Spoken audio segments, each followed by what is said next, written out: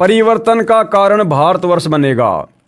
यानी जो आध्यात्मिक क्रांति है वो भारत से उठेगी और पूरे विश्व में वर्तमान में जो आग लगी हुई है भौतिकतावाद की, आधुनिकीकरण की, इसका समापन भारत से होगा, आध्यात्मिक क्रांति से होगा।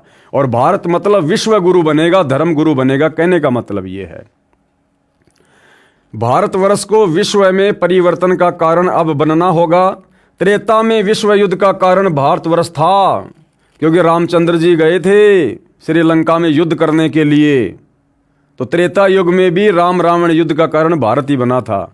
और द्वापर में भी विश्व युद्ध का कारण भारतवर्ष ही था, यानी महाभारत का युद्ध जिसमें पूरे विश्व की सेनाएं दो भागों में विभाजित हो गई थी, भारत में ही हुआ था। और इस समय भी भारत को ही कारण बनना पड़ेगा। इस समय भी जो युग परिवर्तन होगा वो भारत से ही होगा, भारत ही का मुख्य कारण बनेगा। मुस्लिम राष्ट्रों में भारी झगड़ा होगा, सभी मुसलमान आपस में लड़कर समाप्त हो जाएंगे, क्योंकि मुसलमानों में भाई और बहनों एक कट्टरता बहुत ज़्यादा है धर्म को लेकर। ये दूसरे के धर्म को स्वीकार नहीं करेंगे, भले इनका खुद का धर्म पूरी तरह से भ्रष्ट है, इसलिए ये किसी की सलाह मानेंगे नहीं, भक्ति मार्ग कोई अपनाएंगे नहीं, और अंत में लड़ झगड़ कर पुण्यहीन होकर ये खुद ही आपस में कट कट के लड़ाई झगड़ों में मर जाएंगे। अधिकांश छोटे छोटे देश टूटकर बड़े राष्ट्रों में मिल जाएंगे। जैसे छोटे छोटे देश हैं, ये तिब्बत है और आपका नेपाल है, भूटान है, बांग्लादेश है, इस प्रकार के छोटे छोटे जो देश हैं जो पहले भी भारत का हिस्सा था, ये सारे वापस भारत में मिल जाएंगे। भारत इन सब का अगुवा होगा। चीन के समस्त वैज्ञानिक प्रगति को चूर्ण करके चीन को नष्ट कर दिया जाएगा। यानी चीन तो नास्तिक देश है, वैसे भी उसका तो विनाश होना ही होना है। चीन में बचे कुछ लोगों की सहायता भारत करेगा। यानी चीन में जो अच्छी आत्माएं बचेंगी, जिनमें धार्मिकता होगी, उनकी रक्षा फिर भारत करेगा। इसी बीच तिब्बत भारत में मिल जाएगा। यदि सभी राष्ट्र आपस में मिलकर भारतवर्ष पर आक्रमण करें तो भी इसे कोई जीत नहीं सकता। क्यों? क्योंकि भारत में सबका बाप बैठा हुआ, भाई सतगुरु रामपाल जी बैठे हुए।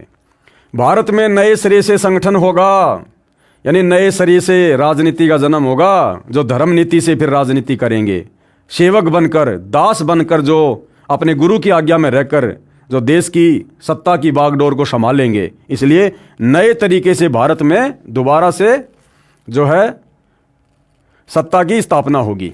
यदि विश्व के सभी राष्ट्र जी जान से ये प्रयास करें कि सुरक्षा परिषद अमेरिका से हटकर भारत में ना जाए, तो ये कदापि नहीं होगा। यानी जो सुरक्षा परिषद है, यानी पूरे विश्व के जो भी फैसले वर्तमान में जो लिए जा रहे हैं यूएनओ में, वो यूएनओ कहो या विश्व की सबसे बड़ी पंचायत कहो, वो भारत में ही आएगी।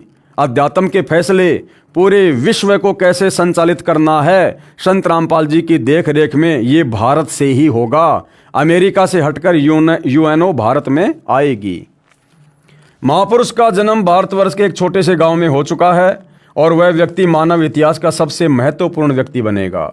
उसे जनता का इतना बड़ा समर्थन प्राप्त होगा कि आज तक किसी को नहीं मिला है। वह महापुरुष नए सिरे से विधान को बनाएगा, यानी नए सिरे से भक्ति विधान को बनाएगा, और वह विश्व के संपूर्ण देशों पर लागू होगा।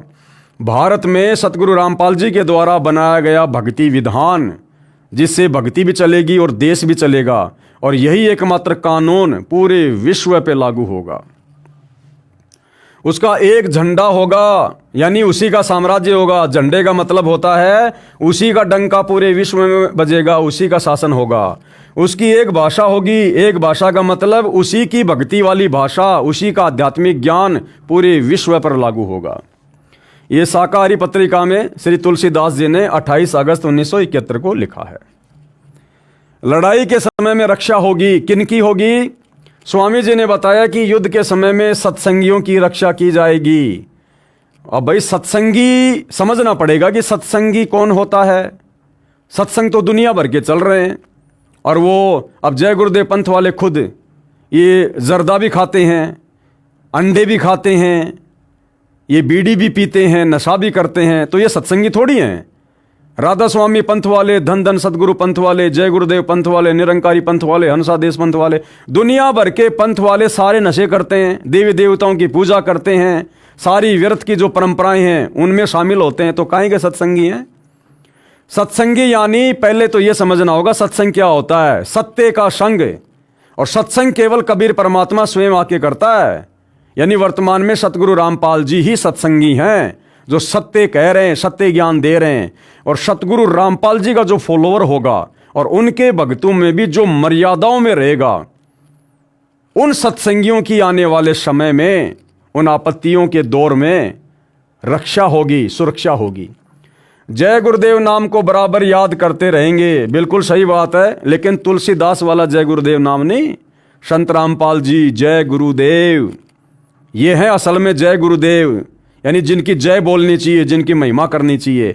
और सतगुरु रामपाल जी ने जो भक्ति मंत्र दे दिया, जो उसका जाप करेगा, सुमरण करेगा, सतनाम का, प्रथम नाम का, या जैसे भी है, उनके सत्संग सुनता रहेगा। सत्संग सुनना भी मंत्र जाप है, तीनों समय की आरती करना भी मंत्र जाप है। तो जो इस प्रकार से सतगुरु रामपाल जी के द्वारा दी गई भक्ति करेगा, वो है मंत्र जाप सुमरण, उसकी रक्षा होगी। जय गुरुदेव नाम को बराबर याद करते रहेंगे, ये परमात्मा का नाम है और हर क्षण तुम्हारी रक्षा करेगा। अब अगर ये जय गुरुदेव नाम ही जो तुलसीदास जी के द्वारा उनके भक्तों को दिया गया, जो कि परमात्मा का नाम है और भक्तों की हर क्षण रक्षा करता है, तो जय गुरुदेव के द्वारा दिए गए नाम को तो छोड़ो, खुद जय गुरुदेव जी की अंतकाल में कैसे दुर्गति हुई, कोड हो गया उनके शरीर में, कोड, उनका हाथ पूरा गड़ गया, दुर्गति से मौत हुई उनकी अंत में। किसकी? खुद जय गुरुदेव की। तो भला जो आदमी जय गुरुदेव नाम जपेगा, उसका क्या होगा जब जय गुरुदेव को खुद को कोड हुआ। तो यहां पर जय गुरुदेव सतगुरु रामपाल जी हैं, और उनके द्वारा जो मंत्र जाप दिया जाता है, उसको मर्यादा में रहकर जो जाप करेगा, उसकी रक्षा होगी। उपरोक्त पुस्तक की फोटोकॉपियों में संत रामपाल जी महाराज के विषय में वर्णन इस प्रकार है। संत रामपाल जी महाराज का जन्म, अरे जन्म नहीं रे मेरे भाई, अब तो समझ जा, 8 सितंबर 1951 को गांव धनाना, जिला सोनीपत, प्रांत हरियाणा, भारतवर्ष में जाट किसान परिवार में हुआ। वैसे भाई और बहनों, संत की कोई जाति नहीं होती है, लेकिन यहाँ के विधान के अनुसार इन चीज़ों का जिक्र करना पड़ता है। विशेष जानकारी इस पुस्तक के कई स्थानों पर है, कृपया वहाँ से पढ़िए। जय गुरुदेव की अमरवाणी भाग 2 पुस्तक के पेज नंबर 50 पर संत तुलसीदास जी ने 7 सितंबर 1971 को सत्संग में कहा था कि वह अवतार जिसकी लोग प्रतीक्षा कर रहे हैं 20 वर्ष का हो चुका है। संत रामपाल जी महाराज 7 सितंबर 1971 को पूरे 20 वर्ष के हुए थे। 8 सितंबर 1971 उनका 21वां वर्ष प्रारंभ हुआ था। पृष्ठ 59 पर लिखा है कि वह महापुरुष छोटे से गांव में जन्म ले चुका है। उपरोक्त विवरण से स्पष्ट हो गया है कि वह महापुरुष संत रामपाल जी महाराज ही है।